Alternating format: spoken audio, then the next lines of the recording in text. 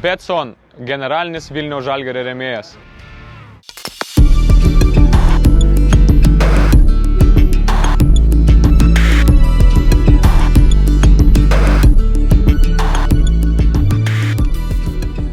Išvykai laimėjom 3-1, tai yra geras rezultatas žengti tolyn ir tiesiog reikia pabaigti pradėtus darbus ir čia Vilniuje parodyti, ką mes sugebam ir nugalėti juos.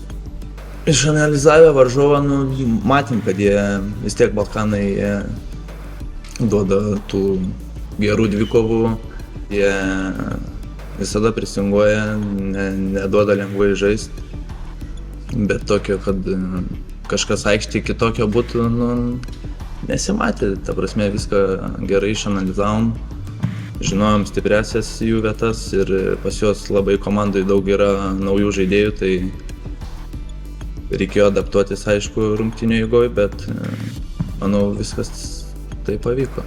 Nežinau, gal pasitikėjom savim, turėjom gerą atkarpą ir top lygoje, tai tikrai kontroliavom žaidimą ir kūrėm tas progas, įmušėm tą įvartį, bet po to kažkokia klaida ir vėl sugrįžom į tą patį.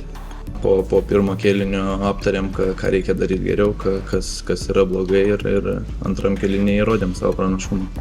Nukritus ant piršto, nežinau, išnyra jisai, tai tokia ir trumelė pirštas, tai čia, manau, netrukdys žaisti. Atvykus naujiems žaidėjams, jaučiasi, kad jie padeda mums, padeda ir top lygoje, o Europoje irgi matom ir Bilenki tikrai prisideda ir tas pats Tekseira įgavęs formą gali rodyti puikų žaidimą ir tiesiog kaip komanda gal susilipdėm, pradžioj buvo sunku, bet dabar matom, kad ta žaidimo kreivė auga į gerąją pusę.